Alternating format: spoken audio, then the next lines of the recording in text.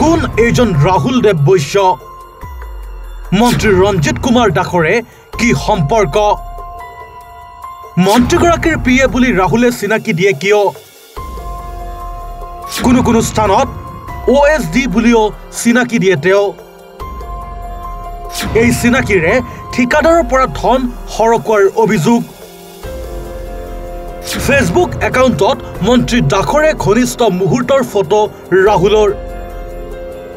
এজন যুৱকৰ কৰ্মকাণ্ডক লৈ সকলোতে এতিয়া প্ৰশ্ন উঠিছে যুৱকজন প্ৰকৃততে কি এই কথাৰ সঠিক উত্তৰ নাই কাৰো হাতত নাম তেওঁৰ ৰাহুল দেৱ বৈশ্য নামনি অসমৰ এগৰাকী মন্ত্ৰীৰ নাম লৈ ৰাহুলে খুহাতে বাওহাতে ধন আহৰণৰ পথ মুকলি কৰি লোৱাৰ অভিযোগ দীৰ্ঘদিনীয়া পঞ্চায়ত আৰু গ্ৰামোন্নয়ন মন্ত্ৰী ৰঞ্জিত কুমাৰ দাসৰ পিএ বুলি নিজকে চিনাকি দিয়ে যুৱকজনে আন কিছু স্থানত মন্ত্ৰীগৰাকীৰ OSD বুলি চিনাকি দিয়ে তেওঁ কিন্তু মন্ত্ৰীগৰাকীৰ পিএ বা OSD হয় জানো তেওঁ এই চিনাকিৰে ধন আহৰণৰ জাল পাতি সফল হোৱাৰ অভিযোগ ৰাহুল দেৱ বৈশ্যৰ বিৰুদ্ধে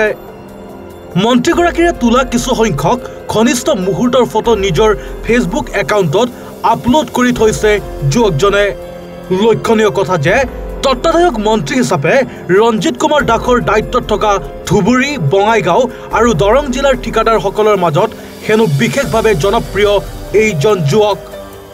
লোকনিৰ্মাণ বিভাগৰ ঠিকা প্ৰদান কৰাৰ ক্ষেত্ৰত একোটা ঠিকাৰ বিপৰীতে ন্যূনতম 3জনকৈ ঠিকাদাৰৰ পৰা 5% কমিশন লোৱাৰ অভিযোগ যুৱকজনৰ বিৰুদ্ধে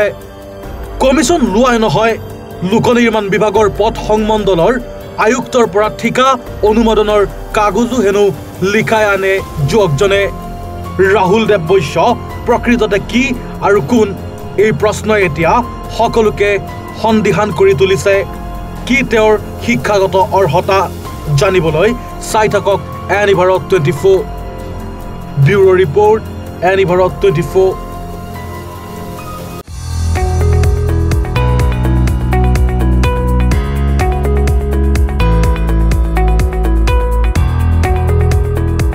আপুনিও চাহ কফিৰ লগতে ফাষ্ট ফুড খাই ভাল পায় নেকি যদি খাই ভাল পায় তেন্তে আহিব পাৰে আবেলিৰ ঠিকনালৈ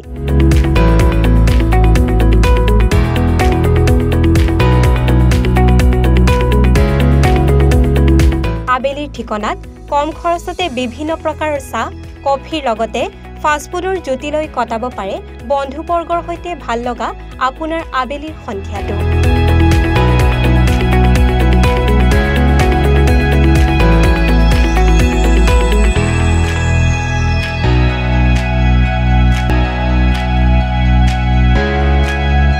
গতিকে আহক যোৰহাটৰ বৰুৱা চাৰিআলিত থকা আবেলিৰ ঠিকনালৈ